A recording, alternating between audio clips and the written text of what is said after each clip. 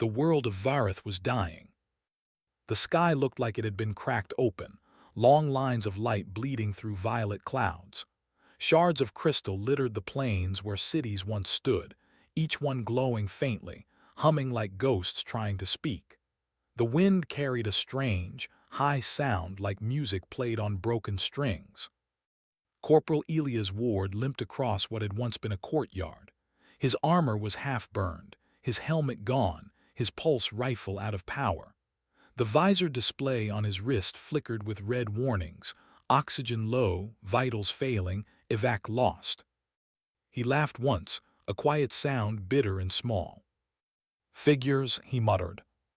He dropped beside a fallen piece of wall, the surface warm under his gloves. The wall wasn't stone, it was translucent, filled with veins of gold light that pulsed weakly as if alive. Everything on this world breathed in color, even as it died. The war had come too fast. The humans had landed to help the Elari Dominion, a race of tall, luminous beings who spoke like wind and fought like fire. But the Karth, their enemy, were endless. Machines made of bone and steel, driven by something more hunger than hate. Elias remembered the evacuation order, the shouting, the fire raining from the sky, the gunships leaving orbit one by one. His squad never made it to the extraction point. He didn't know if any of them were alive. Now it was just him. Him and the sound of the storm. He leaned his head back, looking at the sky. Twin suns flickered through the violet clouds. The air shimmered, thick with the scent of burning ozone and alien flowers. His breathing slowed. For a moment he thought about Earth, the smell of rain, the sound of traffic, the quiet hum of something familiar. He almost closed his eyes. Then he heard footsteps. Soft ones light as falling snow. He reached for his sidearm out of habit, though the charge was gone. The figure that emerged from the mist wasn't Karth. She moved like light across water, every motion smooth, deliberate. Her armor shone like molten silver, the edges marked with elegant patterns that looked more like art than war. Her face was framed by long hair that shimmered faintly blue under the strange suns. Her eyes caught his, golden, deep, alive with something ancient and bright. She was Elari, and even broken, even bleeding, she looked like something holy. Elias tried to speak, but his throat was dry. "You lost too." She tilted her head, studying him. Her voice, when it came, was soft, like a note from a string instrument. "You're human." "Last I checked." He gave a weak grin that didn't quite reach his eyes. "Corporal Elias Ward, Terran Marine Corps, probably the only one left." She came closer, kneeling beside him. Her armor folded open at the wrists, revealing long, pale fingers with faint lines of light tracing her veins. She pressed her hand to his chest, right above the wound that had stopped bleeding hours ago. A sudden warmth spread through him, sharp, almost electric. He gasped, his body tensing. What are you doing?" She didn't answer right away. Her eyes closed and the lines on her skin glowed brighter. He felt something move inside him, a pulse that wasn't his. Then the pain faded, replaced by a strange calm. When she opened her eyes, she whispered, "You were dying." He looked down. The bleeding had stopped. The hole in his armor was sealed by a thin film of crystal. "Guess I owe you one." She shook her head. "We do not save to be owed. We save because the stars demand balance." He gave a soft snort. "You talk like a poet." Her lips curved slightly, a small, sad smile. "We used to have many poets, before the sky turned red." They sat in silence for a while. The wind carried the sound of far-off explosions. The two moons were rising now, casting pale light over the shattered plains. Elias could see how tired she looked, her armor cracked, her movements slower than before. "You should find shelter," he said quietly. "I can walk, maybe." But she didn't move. Instead, she looked out at the horizon, where the ruins glowed like embers. "There is nowhere left to go." Something in her voice made his chest tighten. He followed her gaze. The land stretched forever, broken, silent, beautiful in its ruin. "What's your name?" he asked. "Sailrin," she said, "daughter of the house of Alaris, last heir of the Ilari dominion." Elias blinked. "Royalty, great," he chuckled dryly. "Guess I'm guarding a princess now." Her golden eyes turned toward him, steady and unblinking. "No, you are not guarding me, Terran." He frowned. "Then what am I doing?" She studied him a long moment. Then softly she said, "You are surviving beside me." For some reason, that hit harder than any command. The wind howled, carrying the distant hum of ships still fighting in the upper atmosphere. Elias shifted, his muscles aching.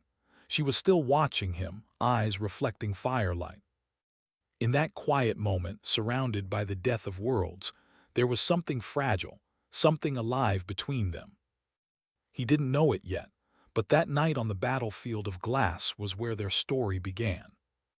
The story of a human who stayed when every star told him to run, and of a princess who would one day whisper, with a voice that could move empires, "My people say you're mine now." The morning on Vareth came slow and pale. The sky no longer burned, but it didn't feel alive either. The twin suns hung low, faint and tired, their light like the last breath of a dying fire. Elias woke to the sound of the wind pushing through the ruins. His body ached, but the pain was duller now. The wound that had nearly killed him was sealed by a thin layer of silver-blue crystal. It pulsed faintly, like it had a heartbeat of its own. He sat up, groaning.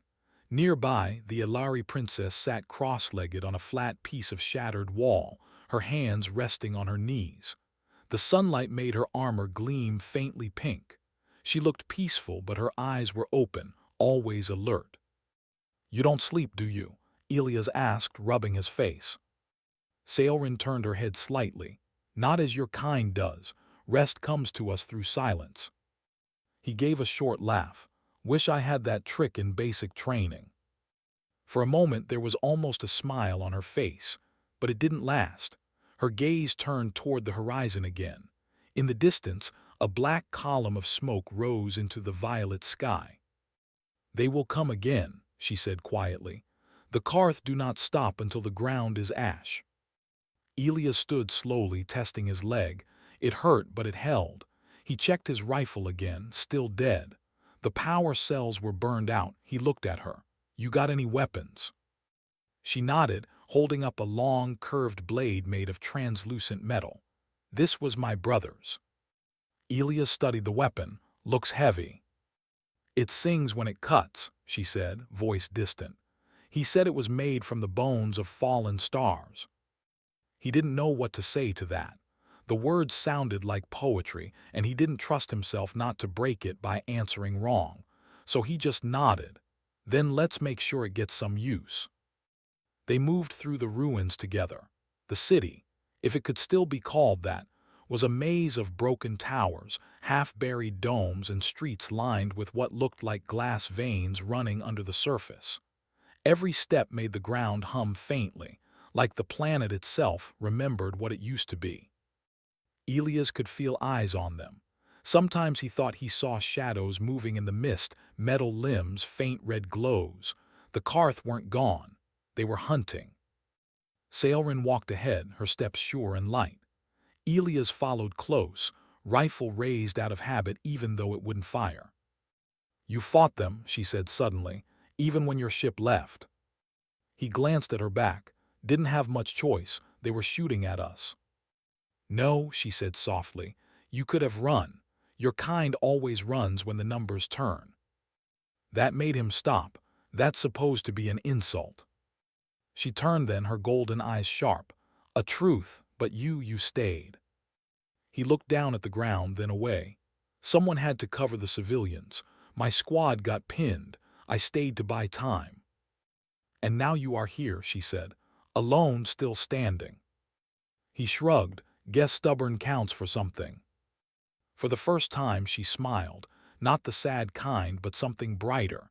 It lit her face in a way that made the ruins feel less dead.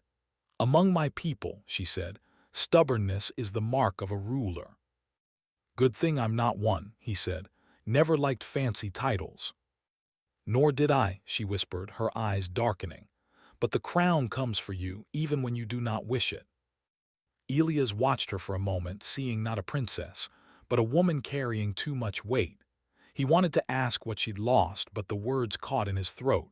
He already knew. The silence between them said enough. They reached what had once been a plaza. A great statue lay shattered in the center, a winged figure of light, its face broken, its body covered in cracks that glowed faintly from within. Sailrin knelt beside it, brushing dust off the base. Her hand trembled. "This was my mother," she said softly. "She ruled before the war. She believed peace could be made through words." Elias crouched beside her, and the Karth didn't agree. "No," Sailrin said, her voice breaking. "They burned our cities, took our sons. My mother died trying to save them." She turned to him then, tears glowing faintly on her cheeks. "Why did you come, human? Why fight for a world that is not yours?" He looked at her, the question cutting deeper than she meant it to. "Because someone had to," he said simply. "Because it's the right damn thing to do." The way he said it, plain, steady, without thought or glory, made her breath catch. No Ilari lord had ever spoken like that. No priest, no soldier, no king. Just a man from a blue world far away, sitting among ruins, saying the simplest truth. She reached out then, her hand brushing the side of his face. The touch was light, but it carried warmth, like sunlight trapped under skin. "Your kind," she whispered, "is strange." "Yeah," he said with a tired smile. "We get that a lot." They sat together as the day faded, the ruins glowing faintly around them. Above, the twin moons began to rise again, casting soft light on the battlefield of glass. Elias didn't know it, but something had changed in that moment. Not in her world, but in hers. The princess of the Ilari had seen bravery in a creature of flesh and grit, and in that small spark, hope returned to a dying planet. And though neither of them said it aloud, both felt it. A thread, invisible and fragile, binding them quietly beneath the twin moons of Vareth. Night came slowly on Vareth. The sky turned deep violet and the stars began to shine through the haze. They were not like the stars Elias remembered from Earth.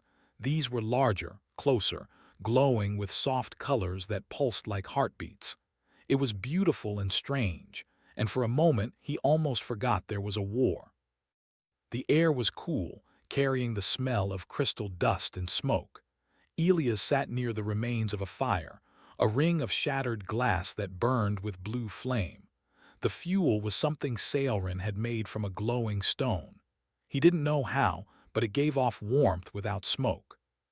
Sailrin sat beside him, her armor folded away from her arms, her long hair brushing against her shoulders. In the quiet light, her skin looked almost translucent, the golden veins faintly glowing under the surface. For a long while neither of them spoke. The silence wasn't heavy, it felt peaceful. After so much death and noise, silence was a gift. Elias stared into the flame, lost in thought. He remembered his unit, faces that might already be gone. He remembered the order to fall back, the sound of gunfire, the explosion that separated him from the rest. Every memory pressed down like a weight. He didn't notice Sailrin watching him until she spoke. "You miss them." He blinked and looked at her. Her eyes were calm, soft, too knowing. "Yeah," he said. "My squad, my brothers and sisters, we were supposed to go home together." Sailrin tilted her head. "Your kind fights for home." He smiled faintly. "We fight so we can have one, so someone else can have one too." Her gaze lingered on him. "Strange creatures, humans. You bleed for others you do not know. Guess that's what makes us human." Sailrin turned her eyes to the fire. "Among my people we fought to protect our honor, our name, our light. But maybe that is why we fell. We forgot that it was not honor that built our worlds, it was love." Her voice trembled on that last word, and Elias felt something tighten in his chest. He didn't know how to comfort her. She wasn't just a soldier. She was a princess who had watched her world die. What could a corporal from Earth say to a queen of light who had lost her empire? He reached out anyway. Slowly, carefully, he touched her hand. Her fingers were warm, her skin smooth but firm, the faint glow pulsing stronger where their hands met. She didn't pull away. Instead, she looked at their joined hands for a long time, then whispered something in her own tongue, a soft, musical sound that made the air around them shimmer. "What did you say?" he asked quietly. Her golden eyes lifted to his. "A promise." "Yeah, what kind?" She hesitated, then said, "That I will remember you even if the stars forget." Elias didn't know how to answer that. He just nodded, his throat too tight for words. The wind picked up, carrying the faint hum of distant machines, Karth scouts searching the ruins. The sound faded and the silence returned. Sailrin looked up at the twin moons. "There is a bond between us now, Terran. When I healed you, I used the soul-bending crystal. It saves life by joining two hearts." Elias frowned. "You mean like a blood transfusion?" Her lips curved slightly. "In your words perhaps, but deeper, stronger. My heartbeat flows through you now and yours through me." He stared at her, confused and unsure what to feel. "You mean we're connected?" "Yes," she said softly, "until one of us dies." The words hung in the air like a quiet storm. Elias rubbed the back of his neck. "That's a lot to take in." "It is not something we choose," she said. "The bond forms only when one gives life freely. You were fatting and I could not let you go." He looked at her, searching her face. "Why, you didn't even know me." Sailrin's voice was almost a whisper. "Because you stayed." Their eyes met, and for a heartbeat it felt like the entire world stilled. The wind stopped. The stars seemed to lean closer. Then softly, barely more than breath, she said, "My people say you're mine now." Elias froze. "What?" Her eyes glowed faintly, the gold turning to liquid fire. "When the bond is made, it is sacred. It means our lives are one. You are part of me now, Terran. My people would call you my heart bound." He stared at her, at the calm certainty in her voice, at the sadness and strength mixed behind it. "I didn't sign up for that." "You did not need to," she murmured. "The stars chose for us." He tried to laugh, but the sound died in his throat. "That's not fair." Sailrin's lips softened into something almost like a smile. "Nothing about love or war ever is." The fire crackled quietly. Elias looked down at their hands, still joined. Her glow mixed with his dull human skin, and for a strange, breathtaking moment, he saw both colors merge into one light. He didn't understand what she meant by being hers. Not really. But he could feel it, the pull between them. Something deeper than words, stronger than logic. He wasn't alone anymore. Sailrin turned her face toward the stars. "Sleep, Elias ward. Tomorrow the war returns." He wanted to ask her what she meant, but her voice had changed. Calmer now, softer, like a lullaby.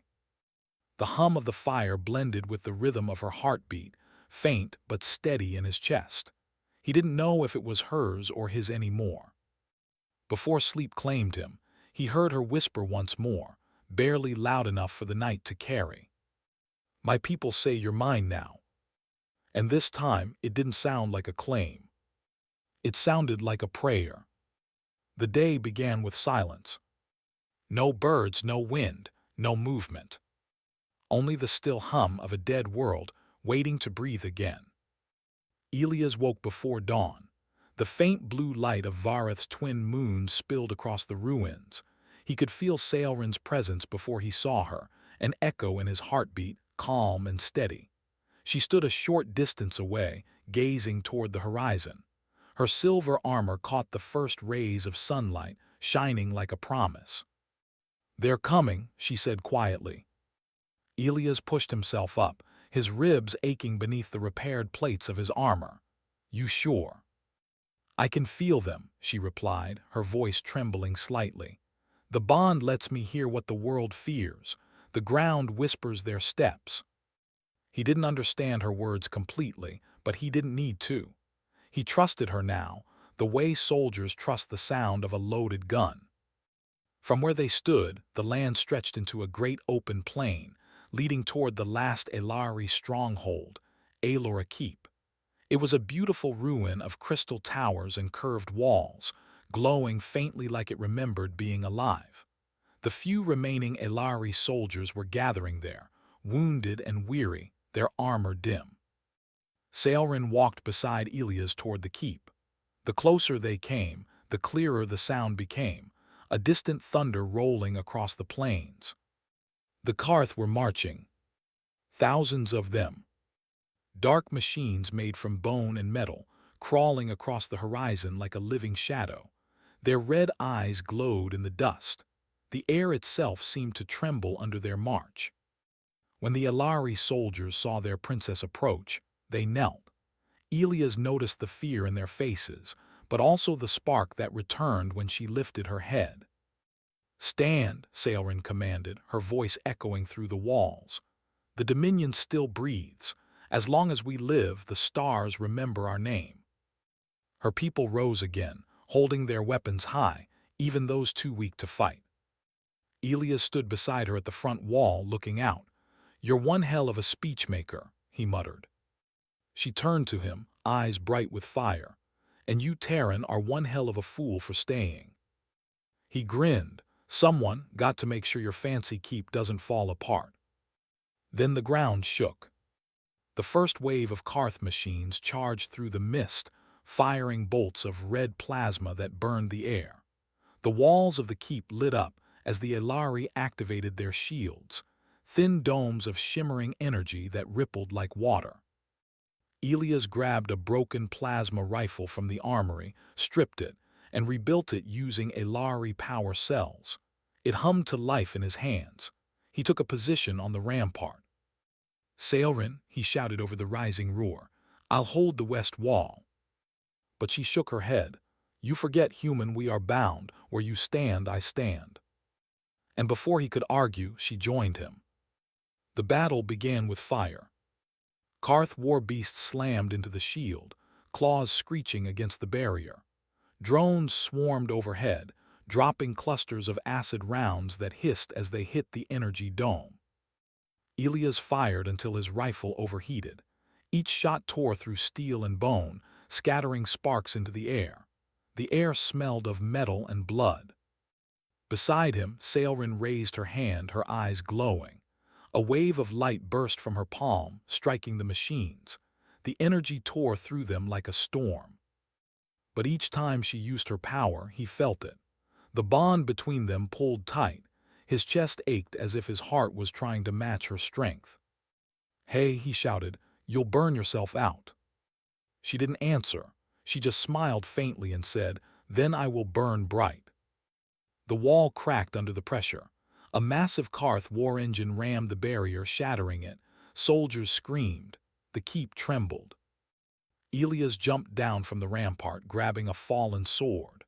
The blade hummed in his grip, alive with alien energy.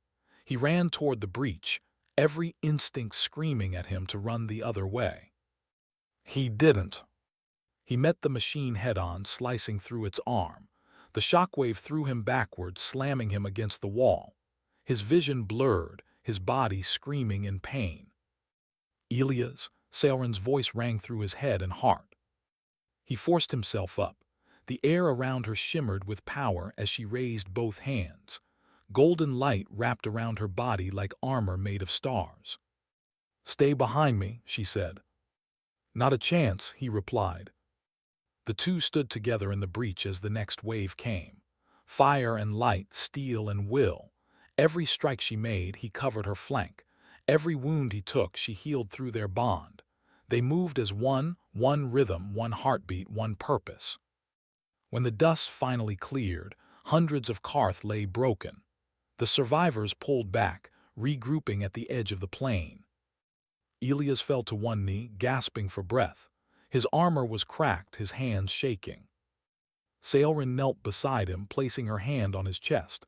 "You should rest." He shook his head weakly. "Not done yet." Her eyes softened. "You are impossible." "Yeah," he said with a faint grin. "Humans do impossible things." She looked out at the field, her eyes glowing in the fading light. "And that," she whispered, "is why we might still win." The sun dipped below the horizon, painting the broken sky in gold and purple. The keep still stood. Barely, but it stood. And as the stars returned, the Elari whispered of the human who had fought beside their princess, the Terran whose heart beat in rhythm with hers. The day began with silence. No birds, no wind, no movement. Only the still hum of a dead world waiting to breathe again. Elias woke before dawn. The faint blue light of Vareth's twin moons spilled across the ruins. He could feel Sailrin's presence before he saw her, an echo in his heartbeat, calm and steady. She stood a short distance away, gazing toward the horizon. Her silver armor caught the first rays of sunlight, shining like a promise. "They're coming," she said quietly. Elias pushed himself up, his ribs aching beneath the repaired plates of his armor. "You sure?" "I can feel them," she replied, her voice trembling slightly. "The bond lets me hear what the world fears. The ground whispers their steps." He didn't understand her words completely, but he didn't need to. He trusted her now, the way soldiers trust the sound of a loaded gun. From where they stood, the land stretched into a great open plain, leading toward the last Elari stronghold, Aelora Keep. It was a beautiful ruin of crystal towers and curved walls, glowing faintly like it remembered being alive. The few remaining Elari soldiers were gathering there, wounded and weary, their armor dim. Sailrin walked beside Elias toward the keep. The closer they came, the clearer the sound became, a distant thunder rolling across the plains. The Karth were marching. Thousands of them. Dark machines made from bone and metal, crawling across the horizon like a living shadow. Their red eyes glowed in the dust. The air itself seemed to tremble under their march. When the Elari soldiers saw their princess approach, they knelt. Elias noticed the fear in their faces, but also the spark that returned when she lifted her head. "Stand," Sailrin commanded, her voice echoing through the walls. "The Dominion still breathes.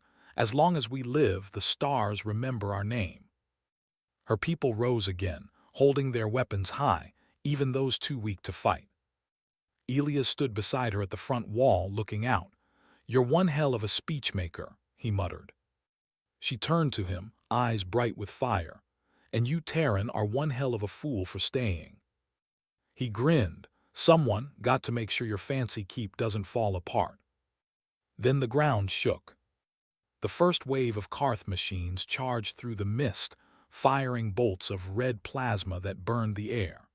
The walls of the keep lit up as the Elari activated their shields, thin domes of shimmering energy that rippled like water. Elias grabbed a broken plasma rifle from the armory, stripped it, and rebuilt it using Elari power cells. It hummed to life in his hands. He took a position on the rampart. "Sailrin," he shouted over the rising roar, "I'll hold the west wall." But she shook her head. "You forget, human, we are bound. Where you stand, I stand." And before he could argue, she joined him. The battle began with fire. Karth war beasts slammed into the shield, claws screeching against the barrier. Drones swarmed overhead, dropping clusters of acid rounds that hissed as they hit the energy dome. Elias fired until his rifle overheated. Each shot tore through steel and bone, scattering sparks into the air.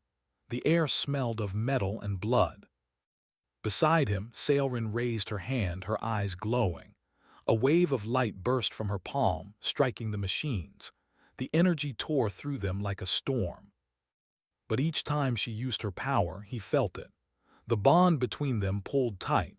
His chest ached as if his heart was trying to match her strength. "Hey," he shouted, "you'll burn yourself out." She didn't answer. She just smiled faintly and said, "Then I will burn bright."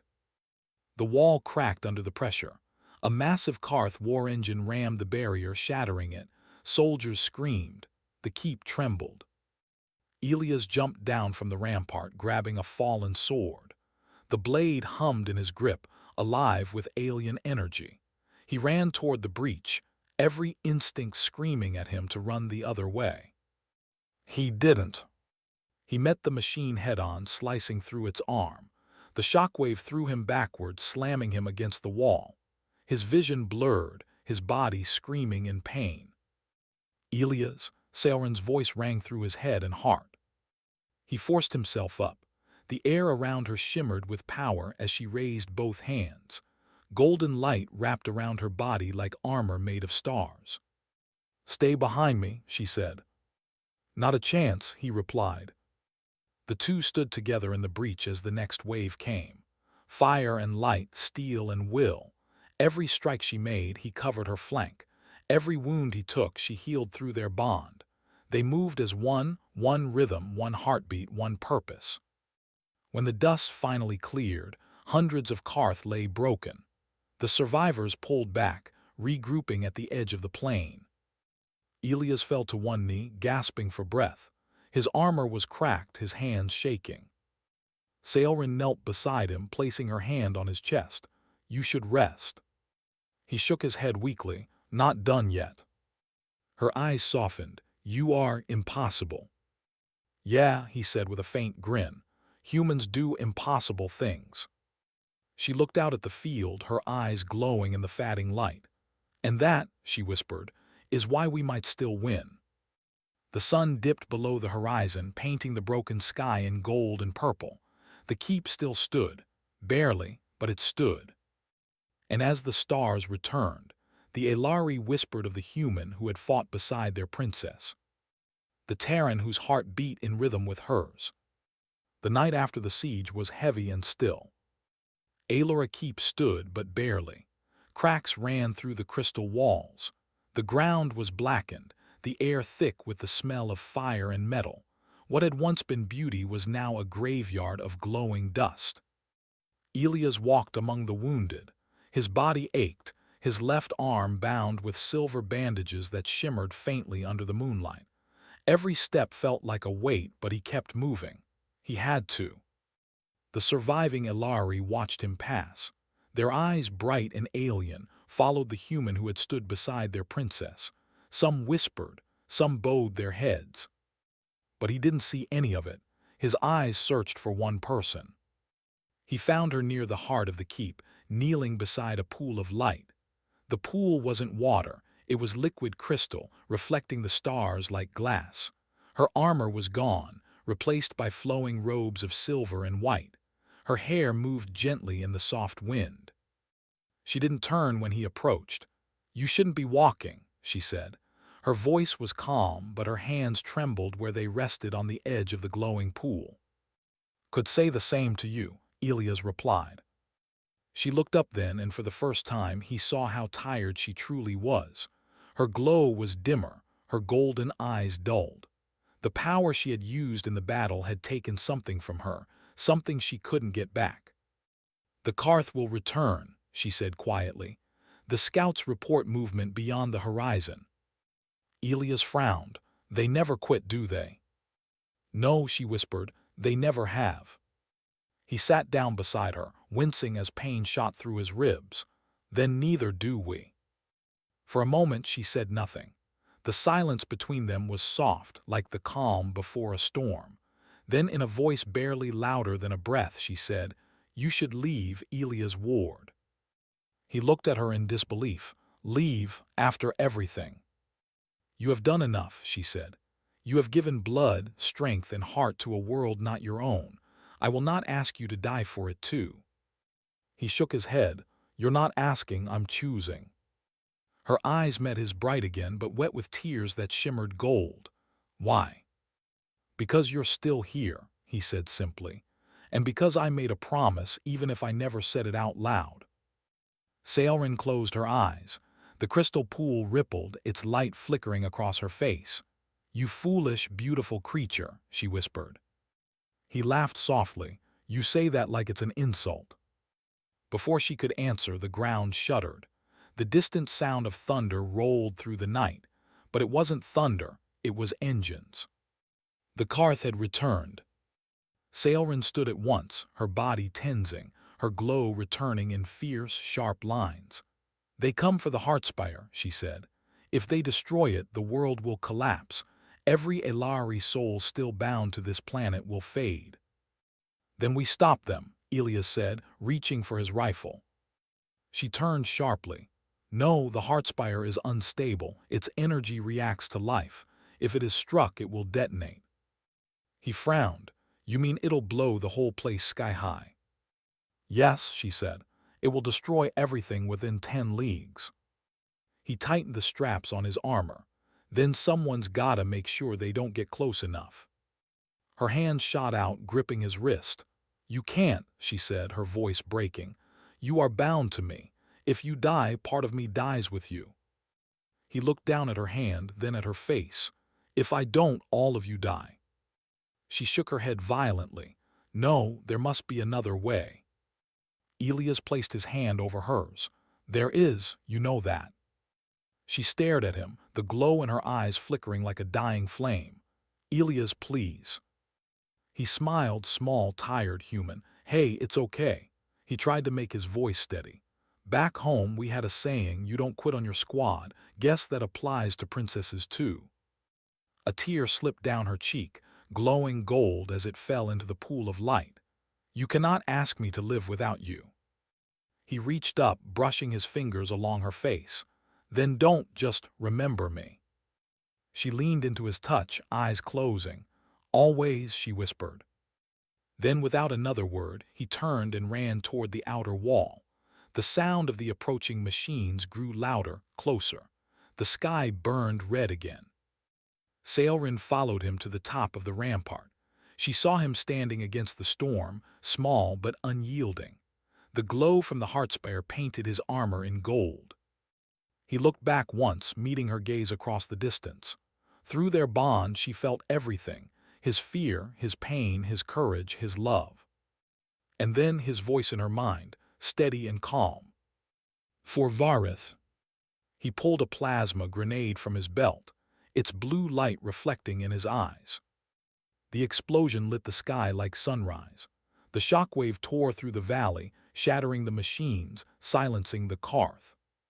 Sailrin fell to her knees as the blast echoed through her body. Her bond screamed with light and then quiet. He was gone. The world stilled, the stars dimmed, and then the Heartspire pulsed once bright, beautiful, and steadied. The collapse had stopped. The planet lived. Sailrin rose slowly, her eyes full of tears that glowed brighter than the fire around her. She looked toward the horizon where the light still burned and whispered.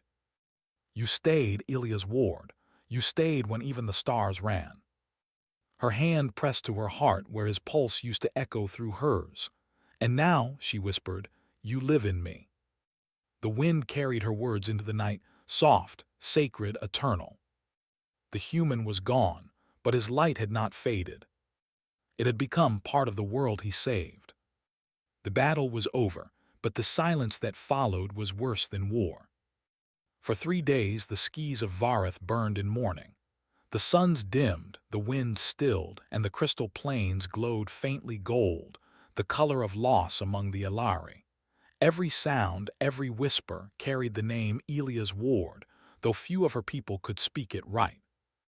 Sailrin walked through the ruins of Aelora Keep like a ghost. Her body moved, but her spirit was somewhere else, somewhere far beyond the horizon, where a human had fallen to save her world. The Heartspire still stood. Its great crystal core pulsed with new light, stronger and steadier than before. It had absorbed the energy of the blast, the last act of a man who had refused to run. The Elari engineers said it was a miracle. Sailrin knew better. It was him. She felt it in the bond that still lingered faintly beneath her heart, a soft echo like a heartbeat beneath her own. Sometimes it was silent. Sometimes, when she stood by the Heartspire at night, it pulsed once, gentle and warm. As if he was still there. Watching, listening. Her people gathered before her on the 7th day. Hundreds of them, soldiers, healers, children. Faces lit by faint blue fire, voices hushed. The once proud dominion had become a scattering of survivors, and they looked to her now not just as a princess, but as something more. Sailrin stood on the platform above the Heartspire, her silver robes flowing in the soft light. Her voice carried through the still air. "The Karth are gone," she said. "The storm has passed, but what remains is not the empire we knew. It is something new, something born from blood and courage." She paused, her gaze lifting toward the broken horizon. "You all know of the Terran, the human who stood with me when even our generals fled. He was no prince, no soldier of light. He was mortal, small, and stubborn, yet he stood when the stars fell." The crowd was silent. Even the wind seemed to listen. Sailrin continued, her voice trembling but strong. "He gave his life not for crown or name but for us, for a people not his own, and through his courage our world lives." She raised her hand toward the Heartspire, its light flaring brighter in answer. "The heart heard his sacrifice. His spirit became part of our world. The crystal sings with his memory, his fire." A low hum rippled through the ground. The Heartspire glowed deeper, red and gold intertwined, the colors of human blood in a Lari light. The people gasped softly. "From this day forward," she said, "he will not be forgotten. His name will be written in the Star Song, and his courage will guide us as we rebuild." The crowd bowed their heads, some wept, others pressed their hands to their hearts, whispering prayers in the old tongue.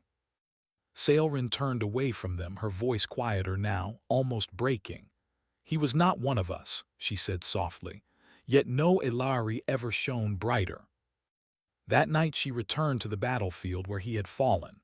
The ground was still scorched, but the crystal shards there glowed faintly, tiny sparks of blue and gold, dancing in the dark. She knelt among them, her fingers brushing the soil.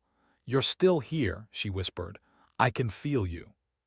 For a moment she thought she heard his voice faint, like wind in a far canyon. "You did good, princess." Tears slipped down her cheeks. "I should have stopped you." "You couldn't have." "I would have tried," she said. "I know." The wind fell silent again, but her heart felt lighter. The pain didn't fade, but it settled into something steadier, something she could live with. She rose slowly and looked to the stars. "Then I'll carry it," she whispered. "Your courage, your fire, I'll carry it for both of us." When dawn came, the world began to change. Under her rule, the Ilari rebuilt, not as conquerors but as keepers. Their new cities were smaller, softer, carved from crystal that glowed in gentle light. They built gardens where machines had once stood, and halls of healing where fortresses had fallen. They called this rebirth, the era of the Terran bond.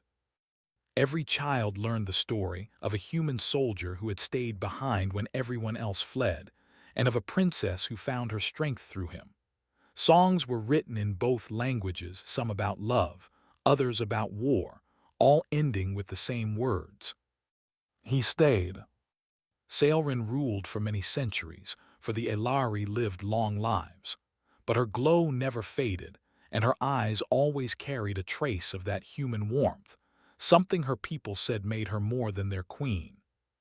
Sometimes, when the nights were very quiet, she would sit beside the Heartspire and speak softly into the still air. "Elias," she would whisper, "if you can hear me, the stars are safe. The children laugh again, and I kept my promise." The crystal would pulse faintly, once, as if answering her. And she would smile through her tears. Because she knew, somewhere beyond the stars, beyond death and distance, the human who had stayed was watching. He had become part of her world, part of her people, part of her light. And though no one could ever see him again, his name became a prayer on the lips of 1,000 generations. Elias Ward, the Terran who stayed when even the stars ran. Centuries passed. The world of Vareth healed. Where once there had been fire and ruin, now stood forests of crystal trees that shimmered under twin suns. The wind carried songs again, the rivers sang in light, and the children of the Elari laughed beneath skis of violet gold. The wars were long gone. The Karth were nothing more than myths told to frighten younglings. But one story never faded, the story of the human who stayed. Every Elari knew his name. Every child could recite his final words. For Varith, they spoke it as a blessing when they took oaths, or when they stood guard under dark skis. In their language, Varith came to mean not just a world, but home worth dying for. At the center of the capital stood the Hall of Light, built around the still glowing Heartspire. And in that hall stood two statues, one of a tall, graceful Elari queen, and beside her, the figure of a human soldier in worn armor, his hand resting on a crystal sword. The plaque beneath read in both languages. Elia's ward, the Terran who stayed. He was not of our kind, yet he became our heart. Far away on a small blue planet called Earth, the name Elia's ward was just a record in a forgotten war file, listed as missing in action. No remains, no honors, no homecoming. But space is wide, and stories have wings. One day, a Terran exploration ship, the Horizon Dawn, came upon a system rich with twin suns. They landed on the surface of Vareth, expecting a dead world. Instead, they found a paradise glowing in shades of blue and gold. The Elari greeted them not as strangers, but as family. Their queen, tall, graceful, with eyes like molten light, welcomed the humans with open hands. "We have waited long for you," she said. The captain, a woman named Commander Reyes, was confused. "Waited for us? Why?" The queen smiled, her expression soft. "Because one of yours saved us long ago. His blood flows in our stories. His courage rebuilt our world." They took the humans to the Hall of Light. When the Terrans saw the statue, their breath caught. The armor was different, ancient, but the flag carved on the shoulder was still there. The Terran Marine Corps insignia. Commander Reyes stepped closer, her eyes wet. "Elia's ward," she whispered, reading the plaque. "I've seen this name in the archives. He vanished during the Elari campaign 200 years ago." The queen inclined her head. "He did not vanish. He became the heart of this world." Reyes turned to her. "You mean he survived?" The queen smiled sadly. "He lived beyond death. His spirit joined the Heartspire. It still beats beneath our soil. When we heal, he heals with us." The room was silent. The Terrans stood among the Elari, staring up at the two statues, one alien, one human, side by side. For a moment, the centuries between them melted away. Commander Reyes saluted. "He was one of ours," she said softly, "but I think he belongs to you too." The queen's eyes glowed faintly. "He belongs to the stars now." That night the Terrans camped beneath the open sky. The Elari joined them, sharing food that shimmered like moonlight and songs that sounded like wind through crystal. Reyes sat beside the Heartspire, looking up at the twin moons. "He must have been something," she whispered. A young Elari child nearby smiled. "He was brave," she said. "The queen says he taught her what it means to stay. That's why we call our strongest warriors wards now. It means protector." Reyes's throat tightened. "Wards," she laughed softly through the ache in her chest. "Yeah, that's fitting." The Heartspire pulsed gently, once, like the slow beat of a heart. And for just a moment, fleeting as a breath, a faint shape appeared in the light. A man's silhouette, broad shoulders, helmet tucked under his arm, watching, smiling. Reyes blinked and it was gone. She didn't tell anyone, she didn't have to, she knew what she'd seen. The bond between the two worlds was reborn that night. The Elari shared their knowledge, their light, their songs. The Terrans shared their grit, their laughter, their endless need to explore. Two species, once strangers, now bound by one name. One story. Years later, a new monument was built in the Terran capital. It stood in a quiet garden beneath the stars, a simple stone engraved with words in both languages. "To Elia's ward, and to all who stay when others flee." May your courage light the dark between worlds. Visitors came from every corner of the galaxy. Humans, Elari, even others who had heard the tale. They would stand before the stone, touch the name carved into it, and whisper the old phrase that had become something greater than legend. My people say you're mine now. It was no longer just the vow of one princess to one soldier. It had become a promise between species, between hearts, that no distance, no death, no war could break. On quiet nights, when the stars over Earth and Vareth aligned just right, both worlds swore they could hear the same sound carried across the void, a heartbeat, slow and strong, pulsing in rhythm. Some said it was the echo of the Heartspire. Others said it was the echo of a man who stayed. But the Elari knew better. They called it the Terran bond, the flame that had once burned on a battlefield of glass and never went out. And somewhere across the endless dark, a voice still whispered softly, with warmth and pride, "My people say you're mine now." And the stars, old and watching, seemed to whisper back, "And you were always ours."